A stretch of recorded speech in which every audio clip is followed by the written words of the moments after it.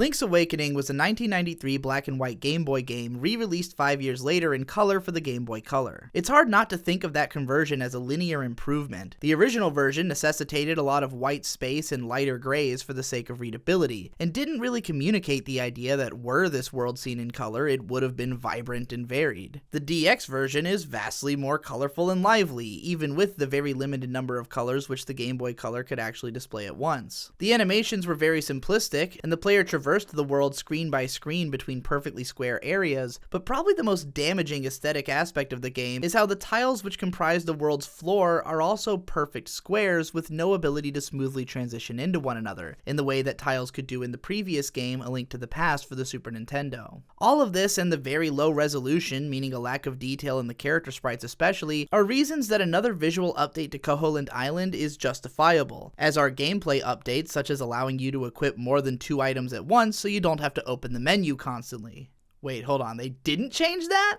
Well then what the fuck was the point? Link's Awakening for the Switch fills a very different role from DX in that it doesn't just add to the detail in a linear sense, but massively overhauls the entire aesthetic of the game. Adding more detail to a game's visuals almost definitionally means making it less abstract. The number of stylization options open to a designer working in HD are also exponentially greater. While it's safe to assume that a lot of older games with simplistic visuals were meant to abstractly represent something which would have ideally been as photorealistic as possible, it's a lot more difficult to imagine how something more deliberately stylized would be translated into higher resolution, especially if the stylization had been crafted specifically around the limitations of the system they were crafted for. In the case of Link's Awakening, being as it was intended as a direct sequel to A Link to the Past, the aesthetic seems to be a somewhat simplified and more abstract version of that game's art style. Ocarina of Time, meanwhile, which was the first translation of Zelda into 3D, doesn't seem to be a linear translation of the art from any of the previous 4 games, but its own interpretation of the same kind of general tone and context. Nevertheless, if we consider the progression from the first game to A Link to the Past to Ocarina of Time, a lot of gamers most likely thought of these games as more or less being the same thing but with better graphics. This obviously changed with The Wind Waker, and from that point forward, Nintendo would make experimentation with the art style a staple of the series. Additionally, in the same way that Link's Awakening represented a simplified version of A Link to the Past visually, games like Four Swords and the Minish Cap on the GBA combined the graphical style of A Link to the Past with the color aesthetic and character design of The Wind Waker. Phantom Hourglass, meanwhile, represents something more like a linear downshift of Wind Waker's graphics to a top-down game, without as much influence from the old ones. So when it comes to remaking Link's Awakening on the Switch, the options are practically infinite. Does it make more sense to copy the style of A Link Between Worlds, which was also presented as a sequel to A Link to the Past, even though that game also transformed the overall aesthetic of its predecessor in its own transformation to 3D graphics? Apparently not, as Nintendo ended up opting to do something completely new. Link's Awakening on the Switch has this very uniquely shiny and smooth style, resembling lacquered wood. It feels like an old handcrafted playset, and with limitations lifted on screen real estate and scrolling, Link is now relatively centered on the screen instead of moving through square tiles, at least on the overworld. Characters are no longer unemotive due to a lack of available pixels for facial detail, but because of a deliberate decision to give them all black eyes, contributing possibly the most to the impression of the characters as old toys. This stylistic shift represents by far the biggest departure of a Zelda remake or sequel from its original form. Whereas it might have been possible on the Game Boy to imagine that what you were playing was simply an abstract representation of something more realistic, or at least something that could translate to a more detailed representation of the same art style, the remake is actually one of the most photorealistic games in the series, in that it resembles a realistic depiction